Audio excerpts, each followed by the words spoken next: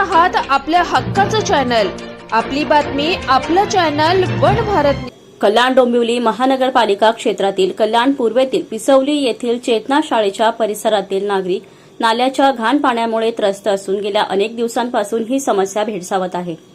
याबाबत येथील नागरिकांनी स्थानिक नगरसेविका सविता भोईर आणि शिवसेनेचे कल्याण ग्रामीण उपतालुका प्रमुख विलास भोईर यांच्याकडे तक्रार केली असता भोईर यांनी केडीएमसीकडे पाठपुरावा करून केडीएमसी कर्मचाऱ्यांतर्फे साफसफाई करून घेतली। तसेच या ठिकाणी गटार बांधण्यासाठी निधीची आवश्यकता असून याबाबत देखील पाठपुरावा करून लवकरच या ठिकाणी नागरिकांना भेडसावणाऱ्या घाण पाण्याच्या समस्येतून मुक्तता होईल अशी माहिती उपतालुका प्रमुख विलास भोईर यांनी दिली।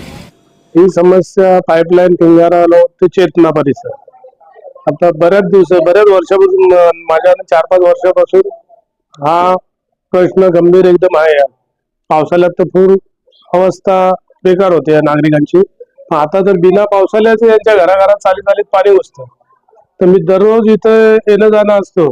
नागरिक फोन करतात मला निवडून दिल्या कारणाने, आणि महत्वाचं कारण म्हणजे 5-6 वर्ष इलेक्शन नव्हतं तेव्हापासून यांचा चालीवाल्यांचा पाठपुरावा आहेच। पण आम्ही आता जानेवारीला निवडून मिसेस माझी निवडून आली तेव्हापासून आता बजेटच आमचं फक्त सभापती महापालिकेचे सभापती मल्ल्याची शेती एप्रिलला बसले, त्यामुळे बजेटला उशीर झाला। तसंच आमचे लाडके मुख्यमंत्री सध्याचे उपमुख्यमंत्री एकनाथ शिंदे साहेब, तसे लाडके खासदार आमदार राजेश मोरे यांच्या माध्यमातून निधीचा प्रश्न लवकरात लवकर आम्ही उपलब्ध करू।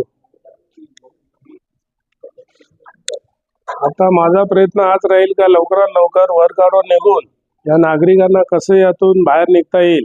मोरवी झाली, नाले झाले, रस्ते झाले, पण महत्वाचं कारण मोरवीचं आहे ते मी लवकरात लवकर प्रयत्न करेन की पैशाशिवाय काय होत नाही। निधी आला तर करू शकतो। जेव्हा तरी कर्मचारी केडीएमसीचे कर्मचारी होऊन चांगलं सहकार्य करतात, बोलवल्यानंतर लगेच येऊन साफसफाई करतात। धन्यवाद। जय हिंद, जय महाराष्ट्र।